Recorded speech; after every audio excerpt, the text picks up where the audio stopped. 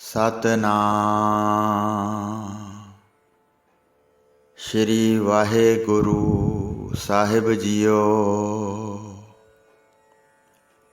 ਪਰਮ ਸਨਮਾਨਿਓ ਗੁਰੂ ਰੂਪ ਗੁਰੂ ਖਾਲਸਾ ਸਾਧ ਸੰਗਤ ਜੀ, ਵਾਹਿਗੁਰੂ ਜੀ ਕਾ ਖਾਲਸਾ, ਵਾਹਿਗੁਰੂ ਜੀ ਕੀ ਫਤਿਹ। ਇੱਕ ਦਰਗਾਹ ਭੰਡਾਰੀਆ ਗੁਰੂ ਜੀ ਦਾ ਸਿੱਖ ਸੀ, ਜਿਸ ਦੀ ਬੁੱਧੀ ਬੜੀ ਧੀਰਜਮਈ ਸੀ। ਉਹ ਸ੍ਰੀ ਗੁਰੂ ਹਰਗੋਬਿੰਦ ਸਾਹਿਬ ਜੀ ਦੇ ਪਾਸ ਰਹਿ ਕੇ ਉਹਨਾਂ ਦੀ ਬਹੁਤ ਸੇਵਾ ਕਰਿਆ ਕਰਦਾ ਸੀ। ਇੱਕ ਦਿਨ ਉਸਨੇ ਹੱਥ ਜੋੜ ਕੇ ਬੇਨਤੀ ਕੀਤੀ, ਸਿੱਖ ਗੁਰਬਾਣੀ ਦੀ ਚਰਚਾ ਕਰਦੇ ਹਨ, ਕਈ ਆਪਸ ਵਿੱਚ ਹੀ ਲੜ ਪੈਂਦੇ ਹਨ, ਆਪਣੇ ਆਪਣੇ ਅਰਥ ਤੋਂ ਪਿਛਾਂਹ ਨਹੀਂ ਹਟਦੇ। ਇਹ ਸੁਣ ਕੇ ਸ੍ਰੀ ਹਰਗੋਬਿੰਦ ਜੀ ਨੇ ਕਿਹਾ, ਚਰਚਾ 4 ਪ੍ਰਕਾਰ ਦੀ ਹੁੰਦੀ ਹੈ। ਗੁਰਸਿੱਖਾਂ ਨੂੰ 2 ਪ੍ਰਕਾਰ ਦੀਆਂ ਚਾਹੀਦੀਆਂ ਹਨ, 2 ਪ੍ਰਕਾਰ ਦੀਆਂ ਉਹ ਛੱਡ ਦਿੰਦੇ ਹਨ। ਇੱਕ ਚਰਚਾ ਵਾਦ ਕਹਾਉਂਦੀ ਹੈ, ਸ਼ਬਦ ਅਰਥਾਂ ਨੂੰ ਜੋ ਦਿਲ ਵਿੱਚ ਨਹੀਂ ਲਿਆਉਂਦੇ ਹਨ, ਆਪਸ ਵਿੱਚ ਪੁੱਛਦੇ ਅਤੇ ਕਹਿੰਦੇ ਹਨ, ਪ੍ਰੇਮ ਨਾਲ ਸੁਣਦੇ ਹਨ, ਅਰਥ ਨਹੀਂ ਲੈਂਦੇ ਹਨ। ਦੂਸਰੀ ਚਰਚਾ ਦਾ ਨਾਂ ਹੇਤ ਜਾਣੋ, ਜੋ ਆਪਣੀ ਬੁੱਧੀ ਵਿੱਚ ਹੈ, ਸੋ ਸਿੱਖ ਕਥਨ ਕਰਦਾ ਹੈ। ਦੂਸਰੇ ਦੀ ਗੱਲ ਸੁਣ ਕੇ ਮਿੱਠੇ ਬਚਨ ਕਹਿੰਦਾ ਹੈ, ਇਹ ਅਰਥ ਹੋਰ ਤਰ੍ਹਾਂ ਨਾਲ ਨਹੀਂ ਲੈਂਦੇ ਹਨ। ਭਲੀ ਪ੍ਰਕਾਰ ਸ਼ਬਦ ਅਰਥ ਕਹਿ ਕੇ ਸੁਣਾਉਂਦਾ ਹੈ, ਜਿਵੇਂ ਸੁਣਦਾ ਹੈ ਤਿਵੇਂ ਮਨ ਨੂੰ ਭਾਉਂਦਾ ਹੈ। ਫਿਰ ਵਿਸ਼ੇਸ਼ ਬੁੱਧੀ ਲਾ ਕੇ ਸ਼ੁਭ ਵੇਖ ਕੇ ਆਪ ਵੀ ਉਸ ਤਰ੍ਹਾਂ ਹੀ ਕਰਦਾ ਹੈ। ਦੋਵੇਂ ਆਪਸ ਵਿੱਚ ਮਿਲ ਕੇ ਕਹਿੰਦੇ ਅਤੇ ਸੁਣਦੇ ਹਨ। ਬਾਅਦ ਵਿੱਚ ਜਿਹੜਾ ਵੀ ਅਰਥ ਨਿਰਣਾਇਕ ਹੋਵੇ, ਪੱਖ ਵਿਵਾਦ ਛੱਡ ਕੇ ਹਿਰਦੇ ਵਿੱਚ ਧਾਰਨ ਕਰਦੇ ਹਨ ਅਤੇ ਆਪਸ ਵਿੱਚ ਸ਼ਲਾਘਾ ਕਰਦੇ ਹਨ। ਇੱਕ ਨੂੰ ਅਰਥ ਨਾ ਆਇਆ ਤਾਂ ਦੂਜੇ ਤੋਂ ਸੁਣ ਲਿਆ, ਦੂਜਾ ਨਹੀਂ ਜਾਣਦਾ ਤਾਂ ਪਹਿਲੇ ਨੇ ਕਹਿ ਦਿੱਤਾ। ਦੋਵਾਂ ਦਾ ਗੁਣ ਮਿਲ ਗਿਆ, ਫਿਰ ਦੋਹਾਂ ਨੇ ਮਿਲ ਕੇ ਵਿਸ਼ਾਲ ਪ੍ਰੇਮ ਨਾਲ ਕਹਿ ਦਿੱਤਾ। ਜਿਵੇਂ ਇੱਕ ਦੀਵਾ ਪ੍ਰਕਾਸ਼ ਕਰਦਾ ਹੈ ਤਾਂ ਦੀਵੇ ਦੇ ਪਿੱਛੇ ਹਨੇਰਾ ਰਹਿ ਜਾਂਦਾ ਹੈ। ਜੇ ਉੱਥੇ ਦੂਸਰਾ ਦੀਵਾ ਹੋਵੇ ਤਾਂ ਪਿਛਲਾ ਹਨੇਰਾ ਦੋਹਾਂ ਦਾ ਜਾਂਦਾ ਰਹਿੰਦਾ ਹੈ। ਜੋ ਇਕੱਲਾ ਵਿਅਕਤੀ ਅਰਥ ਕਰਦਾ ਹੈ, ਤਿਸ ਨਾਲ ਮਨ ਦਾ ਮਾਣ ਦੂਰ ਨਹੀਂ ਹੁੰਦਾ। ਦੋਵੇਂ ਮਿਲ ਕੇ ਅਰਥ ਕਰਨ ਤਾਂ ਉਹ ਸ਼ਬਦ ਦਾ ਰਸ ਲੈਂਦੇ ਹਨ, ਮਾਣ ਦੂਰ ਹੋ ਜਾਂਦਾ ਹੈ ਤੇ ਮਹਾਨ ਫਲ ਪ੍ਰਾਪਤ ਕਰਦੇ ਹਨ। ਤੀਸਰੀ ਚਰਚਾ ਦਾ ਨਾਂ ਜਲਪ ਹੈ, ਜੋ ਆਪਣੇ ਮੁਖ ਤੋਂ ਬਿਆਨ ਕੀਤਾ ਹੈ। ਅਣਬਣ ਵਾਰਤਾ ਨੂੰ ਬਣੀ ਹੋਈ ਕਹਿੰਦਾ ਹੋਵੇ, ਦੂਸਰੇ ਦੇ ਹਿਰਦੇ ਦੀ ਜਾਣਦਾ ਨਹੀਂ ਹੈ। ਇਸ ਉੱਤੇ ਦੋਵੇਂ ਵਿਵਾਦ ਉਠਾਉਂਦੇ ਹਨ, ਆਪਣੇ ਆਪਣੇ ਪੱਖ ਵਿੱਚ ਜੁਗਤੀਆਂ ਬਣਾਉਂਦੇ ਹਨ, ਅਨੇਕਾਂ ਪ੍ਰਮਾਣ ਦੇ ਦੇ ਕੇ ਦ੍ਰਿੜ ਕਰਵਾਉਂਦੇ ਹਨ। ਦੋਵੇਂ ਨਾ ਮੰਨਦੇ ਹਨ ਅਤੇ ਨਾ ਹੀ ਮਨ ਵਿੱਚ ਧਾਰਨ ਕਰਦੇ ਹਨ। ਜਿਵੇਂ ਕਿਵੇਂ ਆਪਣਾ ਹੀ ਅਰਥ ਸਿੱਧ ਕਰਦੇ ਹਨ, ਆਪਸ ਵਿੱਚ ਗੁੱਸਾ ਕਰਦੇ ਹਨ ਤੇ ਇੱਕ ਦੂਸਰੇ ਦੇ ਕਹੇ ਨੂੰ ਖੰਡਨ ਕਰਦੇ ਹਨ। ਕ੍ਰੋਧ ਵਿੱਚ ਆ ਕੇ ਲੜਦੇ ਹਨ ਤੇ ਇੱਕ ਦੂਸਰੇ ਨਾਲ ਦਵੈਖ ਬੰਨ੍ਹ ਲੈਂਦੇ ਹਨ। ਜਸ ਨੂੰ ਵੇਖ ਕੇ ਹਿਰਦੇ ਵਿੱਚ ਸੜਦੇ ਹਨ। ਉਹ ਗੁਰਸਿੱਖ ਅੰਗੀਕਾਰ ਨਹੀਂ ਹੁੰਦਾ, ਉਹਨਾਂ ਦਾ ਮਨ ਸਿਨਮਰ ਨਹੀਂ ਹੁੰਦਾ ਤੇ ਵੈਰ ਦਾ ਵਿਕਾਰ ਪੈਦਾ ਹੁੰਦਾ ਹੈ। ਚੌਥੀ ਚਰਚਾ ਦਾ ਨਾਂ ਵਿਤੰਡਾ ਹੈ। ਖੰਡਨ ਕਰਨ ਵਿੱਚ ਹੀ ਹਮੇਸ਼ਾ ਤੀਖਣ ਰਹਿੰਦੇ ਹਨ। ਆਪਣੀ ਬੁੱਧੀ ਖਾਸ ਨਹੀਂ ਹੈ, ਪਰ ਦੂਸਰਾ ਜੋ ਕਹਿੰਦਾ ਹੈ ਉਸ ਨੂੰ ਵੀ ਨਹੀਂ ਮੰਨਦਾ। ਪੜ੍ਹਨ ਵਾਲੇ ਸਾਰੇ ਲੋਕ ਜਦ ਉਸ ਨੂੰ ਵੇਖਦੇ ਹਨ ਤਾਂ ਬਹੁਤ ਦੁਖੀ ਹੁੰਦੇ ਹਨ। ਅਜਿਹੇ ਦਾ ਵੀ ਸਤਿਗੁਰੂ ਦੇ ਸਿੱਖ ਤਿਆਗ ਕਰਦੇ ਹਨ, ਸਾਰ ਨੂੰ ਫੜਦੇ ਹਨ ਤੇ ਸ਼ੁਭ ਗੱਲ ਨੂੰ ਪਿਆਰ ਕਰਦੇ ਹਨ। ਉਹ ਕਿਸੇ ਦਾ ਮਨ ਕਦੇ ਵੀ ਨਹੀਂ ਦੁਖਾਉਂਦੇ, ਸਭ ਦੇ ਹਿਰਦਿਆਂ ਵਿੱਚ ਪ੍ਰਸੰਨਤਾ ਉਤਪੰਨ ਕਰਦੇ ਹਨ। ਗੁਰੂ ਜੀ ਦੇ ਮੁਖ ਤੋਂ ਇਹ ਸ਼ੁਭ ਬਾਣੀ ਸੁਣ ਕੇ ਸਿੱਖਾਂ ਦੇ ਮਨ ਵਿੱਚ ਸ਼ਰਧਾ ਆ ਗਈ। ਇਸੇ ਤਰ੍ਹਾਂ ਇੱਕ ਜਮਾਲ ਨਾਮ ਦਾ ਸਿੱਖ ਉੱਥੇ ਆਇਆ। ਉਸਨੇ ਆ ਕੇ ਸਤਿਗੁਰੂ ਜੀ ਨੂੰ ਸੀਸ ਨਿਵਾਇਆ, ਪਾਸ ਬੈਠ ਕੇ ਬੜਾ ਪ੍ਰੇਮ ਧਾਰਨ ਕੀਤਾ। ਕੜਾਹ ਪ੍ਰਸ਼ਾਦ ਲਿਆ, ਜਿਹੜਾ ਉਸ ਸਮੇਂ ਵਰਤਾਇਆ ਜਾ ਰਿਹਾ ਸੀ। ਸਤਿਗੁਰੂ ਜੀ ਦੀ ਪ੍ਰਭਾ ਵੇਖ ਕੇ ਮੋਹਿਆ ਗਿਆ, ਜਿਹੜੀ ਚੰਦ ਵਾਂਗੂ ਸੀਤਲ ਅਤੇ ਸੋਹਣੀ ਫੱਬ ਰਹੀ ਸੀ। ਹੱਥ ਜੋੜ ਕੇ ਬੇਨਤੀ ਕੀਤੀ, ਮੈਂ ਹੁਣ ਤੁਹਾਡੀ ਸ਼ਰਨ ਆਇਆ ਹਾਂ, ਮੈਨੂੰ ਆਪਣਾ ਸਿੱਖ ਬਣਾਓ ਤੇ ਸੁਖਦਾਇਕ ਉਪਦੇਸ਼ ਸੁਣਾਓ। ਪਹਿਲਾਂ ਮੈਂ ਤੁਹਾਡੀ ਮਹਿਮਾ ਸੁਣੀ ਹੈ, ਹੁਣ ਮੈਂ ਆ ਕੇ ਹਜ਼ੂਰ ਦੇ ਦਰਸ਼ਨ ਕੀਤੇ ਹਨ। ਮੈਂ ਆਪ ਜੀ ਦੀ ਸ਼ਰਨ ਵਿੱਚ ਪਿਆ ਰਹਾਂਗਾ। ਆਪਣੇ ਮੁਖ ਨਾਲ ਕਹੋ ਜੋ ਕੁਝ ਮੈਂ ਕਰਾਂ। ਗੁਰੂ ਜੀ ਨੇ ਆਪਣੇ ਮੁਖ ਤੋਂ ਉਪਦੇਸ਼ ਦਿੱਤਾ। ਪੜ੍ਹ ਸੁਣ ਕੇ ਗੁਰੂ ਜੀ ਦੇ ਸ਼ਬਦ 'ਤੇ ਵਿਚਾਰ ਕਰੋ। ਸਿਦਕ ਧਾਰ ਕੇ ਕਰਮ ਕਮਾਓ ਤੇ ਉਸ ਦਾ ਅੰਤਮ ਫਲ ਸਮਝ ਕੇ ਪਾਓ। ਪ੍ਰਭੂ ਜਿੰਨੇ ਸਰੀਰ ਦੁਨੀਆ ਵਿੱਚ ਪੈਦਾ ਕਰਦਾ ਹੈ ਉਹ ਸਾਰੇ ਪੰਜਾਂ ਤੱਤਾਂ ਤੋਂ ਉਤਪੰਨ ਕਰਦਾ ਹੈ। ਘੱਟ ਵੱਧ ਨਹੀਂ, ਸਾਰੇ ਇੱਕ ਸਮਾਨ ਸਮਝੋ। ਅੰਤਰ ਦੀ ਇੰਦਰੀ ਜਿਸ ਦੇ ਸੰਜੋਗ ਨਾਲ ਬਾਹਰਲੀਆਂ ਇੰਦਰੀਆਂ ਕੰਮ ਕਰਦੀਆਂ ਹਨ, ਉਸ ਨੂੰ ਆਪਣਾ ਸਰੀਰ ਜਾਣੋ। ਜਿੱਥੇ ਕਿੱਥੇ ਸਭ ਵਿੱਚ ਇੱਕ ਚੇਤਨਾ ਕੰਮ ਕਰਦੀ ਹੈ। ਚੇਤਨਾ ਵਿੱਚ ਕੋਈ ਭੇਦ ਨਹੀਂ ਹੈ। ਜਿਹੜਾ ਇਸ ਤਰ੍ਹਾਂ ਜਾਣਦਾ ਹੈ ਸੋਈ ਸਿੱਖ ਹੈ। ਉਸ ਦੇ ਜਨਮਾਂ ਦੇ ਬੰਧਨ ਦੂਰ ਹੋ ਜਾਂਦੇ ਹਨ। ਇਹ ਸੁਣ ਕੇ ਭਾਈ ਜਮਾਲ ਨੇ ਪ੍ਰਸ਼ਨ ਕੀਤਾ, ਜੇ ਸਭ ਥਾਂ ਇੱਕ ਚੇਤਨਾ ਹੈ ਤਾਂ ਇਕੱਠਾ ਭੋਜਨ ਛਕ ਕੇ ਸਾਰੇ ਇੱਕ ਸਮਾਨ ਤ੍ਰਿਪਤ ਕਿਉਂ ਨਹੀਂ ਹੁੰਦੇ?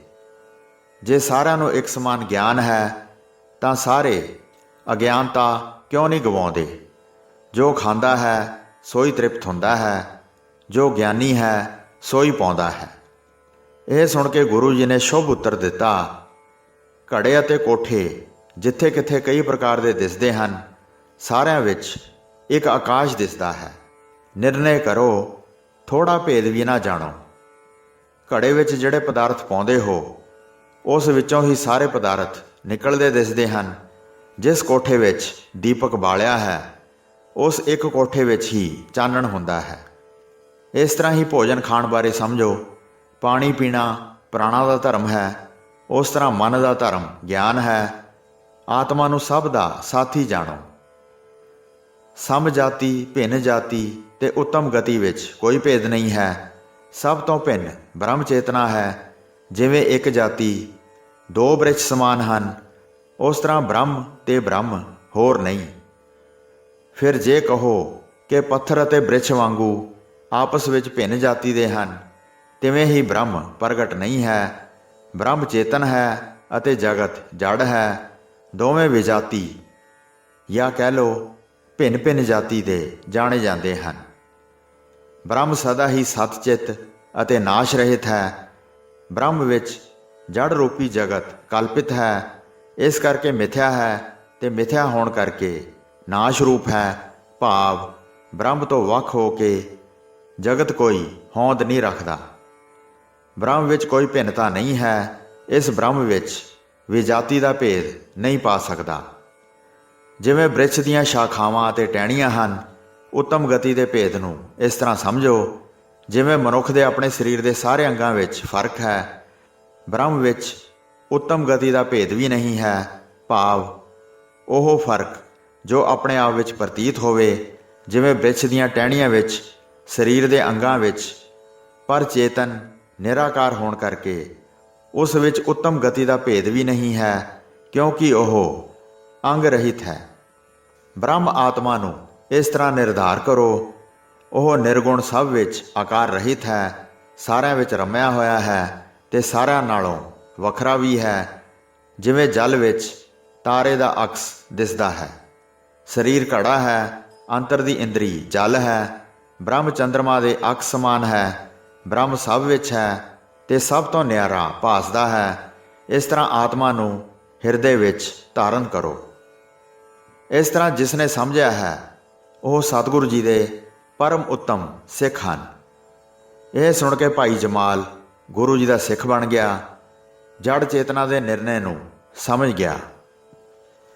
ਇਸੇ ਪ੍ਰਕਾਰ ਭਾਈ ਕੁੱਕੋ ਅਤੇ ਵਧਾਵਣ ਆਪਣੇ ਦੂਸਰੇ ਸਾਥੀ ਅਨੰਤਾ ਦੇ ਨਾਲ ਸ੍ਰੀ ਗੁਰੂ ਹਰਗੋਬਿੰਦ ਜੀ ਦੀ ਸ਼ਰਨ ਵਿੱਚ ਆਏ। ਦੋਵੇਂ ਗੁਰੂ ਜੀ ਦੇ ਚਰਨ ਕਮਲਾਂ 'ਤੇ ਢਹਿ ਪਏ। ਦੋਵਾਂ ਨੇ ਹੱਥ ਜੋੜ ਕੇ ਬੇਨਤੀ ਕੀਤੀ। ਸ੍ਰੀ ਗੁਰੂ ਨਾਨਕ ਦੇਵ ਜੀ ਨਿਰੰਕਾਰੀ ਹੋਏ ਹਨ। ਉਹਨਾਂ ਨੇ ਕੜਾਹ ਪ੍ਰਸ਼ਾਦ ਅੰਗੀਕਾਰ ਕੀਤਾ ਹੈ। ਹੋਰ ਕਿਸੇ ਨੇ ਵੀ ਪ੍ਰਸ਼ਾਦ ਨਾਲ ਪ੍ਰੇਮ ਨਹੀਂ ਕੀਤਾ। ਹੋਰ ਕਿਸੇ ਨੇ ਵੀ ਕੜਾਹ ਪ੍ਰਸ਼ਾਦ ਨਾਲ ਪ੍ਰੇਮ ਨਹੀਂ ਕੀਤਾ। ਇਸ ਵਿੱਚ ਗੁਰੂ ਜੀ ਨੇ ਕੀ ਕਾਰਨ ਸਮਝਿਆ ਹੈ? ਹੋਰ ਕੋਈ ਪਕਵਾਨ, ਮਿਠਾਈ ਜਾਂ ਭੋਜਨ ਨਹੀਂ ਚਾਹਿਆ ਹੈ। ਇਹ ਸੁਣ ਕੇ ਗੁਰੂ ਜੀ ਨੇ ਮੁਖ ਤੋਂ ਬਚਨ ਕਹੇ, ਸਭ ਅਵਤਾਰਾਂ ਵਿੱਚੋਂ ਗੁਰੂ ਅਵਤਾਰ ਸਭ ਤੋਂ ਉੱਤਮ ਸਮਝੋ। ਇਸ ਤਰ੍ਹਾਂ ਹੀ ਸਭ ਭੋਜਨਾਂ ਵਿੱਚ ਕੜਾਹ ਪ੍ਰਸ਼ਾਦ ਸਭ ਤੋਂ ਉੱਤਮ ਹੈ। ਸਾਰੀ ਸੰਗਤ ਨੂੰ ਅੰਗੀਕਾਰ ਕਰਾਇਆ ਹੈ। ਉਸ ਤਰ੍ਹਾਂ ਹੀ ਗੁਰੂ ਜੀ ਦਾ ਸ਼ਬਦ ਅਤੇ ਉਪਦੇਸ਼ ਸਭ ਤੋਂ ਉੱਤਮ ਹੈ। ਸ਼੍ਰੀ ਸਤਨਾਮ ਵਿਸ਼ੇਸ਼ ਤੌਰ 'ਤੇ ਸਭ ਤੋਂ ਸ੍ਰੇਸ਼ਟ ਹੈ। ਜਦ ਤੱਕ ਗੁਰਗੱਦੀ ਸਥਿਰ ਹੈ ਤਦ ਤੱਕ ਚੰਗੀਆਂ ਚੰਗੀਆਂ ਵਸਤਾਂ ਚੁਣ ਚੁਣ ਕੇ ਆਪਣੇ ਸਿੱਖਾਂ ਨੂੰ ਦਿੰਦੇ ਹਨ। ਵੱਡੇ ਭਾਗਾਂ ਵਾਲੇ ਗੁਰਮੁਖ ਬਣ ਕੇ ਲੈ ਲੈਂਦੇ ਹਨ। ਸਾਰੇ ਜਗਤ ਵਿੱਚ ਸਾਰ ਕੱਢਦੇ ਹਨ ਤੇ ਆਪਣੇ ਗੁਰਸਿੱਖਾਂ ਨੂੰ ਦੇ ਕੇ ਅੰਗੀਕਾਰ ਕਰਵਾਉਂਦੇ ਹਨ। ਸ਼ਰੂਤੀਆਂ ਅਤੇ ਸ਼ਾਸਤਰਾਂ ਦਾ ਨਿਚੋੜ ਕੱਢਦੇ ਹਨ ਤੇ ਮੁਕਤੀ ਦੇਣ ਵਾਲੇ ਸ਼ਬਦਾਂ ਦਾ ਉਚਾਰਨ ਕਰਦੇ ਹਨ। ਗੁਰੂ ਘਰ ਵਿੱਚ ਇਹ ਉੱਤਮ ਵਸਤੂ ਹੈ। ਜਿਹੜੇ ਇਸ ਨੂੰ ਪ੍ਰਾਪਤ ਕਰਦੇ ਹਨ ਉਸ ਨੂੰ ਕਦੇ ਵੀ ਦੁੱਖ ਨਹੀਂ ਵੇਖਣਾ ਪੈਂਦਾ। ਇਹ ਸੁਣ ਕੇ ਸਾਰੇ ਬਹੁਤ ਪ੍ਰਸੰਨ ਹੋਏ। ਇਸੇ ਤਰ੍ਹਾਂ ਭਾਈ ਨਿਵਲਾ ਅਤੇ ਭਾਈ ਨਿਹਾਲੂ ਜੀ ਵੀ ਗੁਰੂ ਜੀ ਦੇ ਪਾਸ ਆਏ। ਗੁਰੂ ਜੀ ਦੇ ਚਰਨ ਕਮਲਾਂ 'ਤੇ ਬੰਦਨਾ ਕਰਕੇ ਬੈਠ ਗਏ ਤੇ ਫਿਰ ਬੋਲੇ, ਹੇ ਗੁਰੂ ਜੀ, ਸਾਡਾ ਕਿਵੇਂ ਉਧਾਰ ਹੋਵੇ। ਇਹ ਸੁਣ ਕੇ ਸ਼੍ਰੀ ਹਰਗੋਬਿੰਦ ਜੀ ਨੇ ਕਿਹਾ, ਸਭ ਲੱਕੜਾਂ ਵਿੱਚ ਅਗਨੀ ਵਸਦੀ ਹੈ, ਪਰ ਰਗੜਨ ਤੋਂ ਬਗੈਰ ਇਹ ਕਦੇ ਵੀ ਜਗਦੀ ਨਹੀਂ। ਨਾ ਇਹ ਫਿਰ ਕੋਈ ਕੰਮ ਕਰਦੀ ਹੈ ਅਤੇ ਨਾ ਹੀ ਠੰਡ ਨੂੰ ਦੂਰ ਕਰਦੀ ਹੈ। ਜਿਵੇਂ ਦਹੀਂ ਵਿੱਚ ਘਿਓ ਮਿਲਿਆ ਰਹਿੰਦਾ ਹੈ, ਰਿੜਕਣ ਤੋਂ ਬਗੈਰ ਇਸ ਨੂੰ ਕੋਈ ਵੀ ਪ੍ਰਾਪਤ ਨਹੀਂ ਕਰ ਸਕਦਾ। ਇਸ ਤਰ੍ਹਾਂ ਹੀ ਸਤਿਗੁਰੂ ਜੀ ਦੇ ਸ਼ਬਦ ਵਿੱਚ ਆਤਮ ਗਿਆਨ ਵਸਦਾ ਹੈ, ਜਿਹੜਾ ਸਾਰੇ ਸੁੱਖਾਂ ਦਾ ਨਿਚੋੜ ਹੈ। ਪਾਠ ਕਰਨ ਨਾਲ ਮਹਾਨ ਪੁੰਨ ਹੁੰਦਾ ਹੈ, ਨਹੀਂ ਤਾਂ ਆਤਮ ਗਿਆਨ ਪ੍ਰਾਪਤ ਨਹੀਂ ਹੁੰਦਾ। ਜਦ ਵਿਚਾਰ ਕਰਕੇ ਹਿਰਦੇ ਵਿੱਚ ਵਸਾਉਂਦਾ ਹੈ ਤਾਂ ਸਾਰੇ ਵਿਹਾਰਾਂ ਵਿੱਚ ਕਮਾਈ ਕਰਦਾ ਹੈ। ਗਿਆਨ ਦਾ ਪ੍ਰਕਾਸ਼ ਹੋ ਜਾਣ ਨਾਲ ਆਨੰਦ ਪ੍ਰਾਪਤ ਕਰਦਾ ਹੈ। ਜਨਮ ਮਰਨ ਦੇ ਸਾਰੇ ਕਸ਼ਟ ਮੁੱਕ ਜਾਂਦੇ ਹਨ। ਦੋਵੇਂ ਗੁਰੂ ਜੀ ਦਾ ਉਪਦੇਸ਼ ਸੁਣ ਕੇ ਮਹਾਨ ਬੁੱਧੀ ਸਹਿਤ ਗੁਰਬਾਣੀ ਵਿਸ਼ੇਸ਼ ਤੌਰ 'ਤੇ ਪੜ੍ਹਨ ਲੱਗੇ। ਗੁਰੂ ਜੀ ਦੇ ਸ਼ਬਦ 'ਤੇ ਵਿਚਾਰ ਕਰਨ ਲੱਗੇ ਤੇ ਸਤ ਸੰਗਤ ਵਿੱਚ ਕਥਾ ਦਾ ਉਚਾਰਨ ਕਰਨ ਲੱਗੇ। ਉਹਨਾਂ ਪਾਸੋਂ ਸੁਣ ਕੇ ਸਰੋਤੇ ਬਹੁਤ ਪ੍ਰਸੰਨ ਹੁੰਦੇ ਸਨ। ਡਰ ਵਿਕਾਰ ਛੱਡ ਕੇ ਗੁਰਮਤਿ ਪਾਉਂਦੇ ਸਨ। ਭਾਵਨਾ ਧਰ ਧਰ ਕੇ ਬੜੇ ਪ੍ਰੇਮ ਨਾਲ ਸੁਣਦੇ ਸਨ ਤੇ ਸਹਿ ਸੁਭਾਅ ਬ੍ਰਹਮ ਗਿਆਨ ਪ੍ਰਾਪਤ ਕਰ ਲੈਂਦੇ ਸਨ। ਸਰੋਤੇ ਅਤੇ ਸੁਣਾਉਣ ਵਾਲੇ ਜੇ ਇਕੱਠੇ ਹੋ ਜਾਣ ਤਾਂ ਜੀਵਨ ਮੁਕਤੀ ਦੀ ਅਵਸਥਾ ਪ੍ਰਾਪਤ ਹੋ ਜਾਂਦੀ ਹੈ। ਇਸ ਪ੍ਰਕਾਰ ਬਹੁਤ ਸਿੱਖਾਂ ਦਾ ਉਧਾਰ ਹੋਇਆ। ਸਾਰੇ ਧੰਨ ਧੰਨ ਸਤਿਗੁਰੂ ਦਾ ਉਚਾਰਨ ਕਰਦੇ ਜਾਂਦੇ ਸਨ। ਹੋਈਆਂ ਭੁੱਲਾਂ ਚੁੱਕਾਂ ਦੀ ਖਿਮਾ ਬਖਸ਼ਣੀ ਜੀ। ਦਾਸ ਨੂੰ ਆਗਿਆ ਦਿਓ। ਵਾਹਿਗੁਰੂ ਜੀ ਕਾ ਖਾਲਸਾ, ਵਾਹਿਗੁਰੂ ਜੀ ਕੀ ਫਤਿਹ।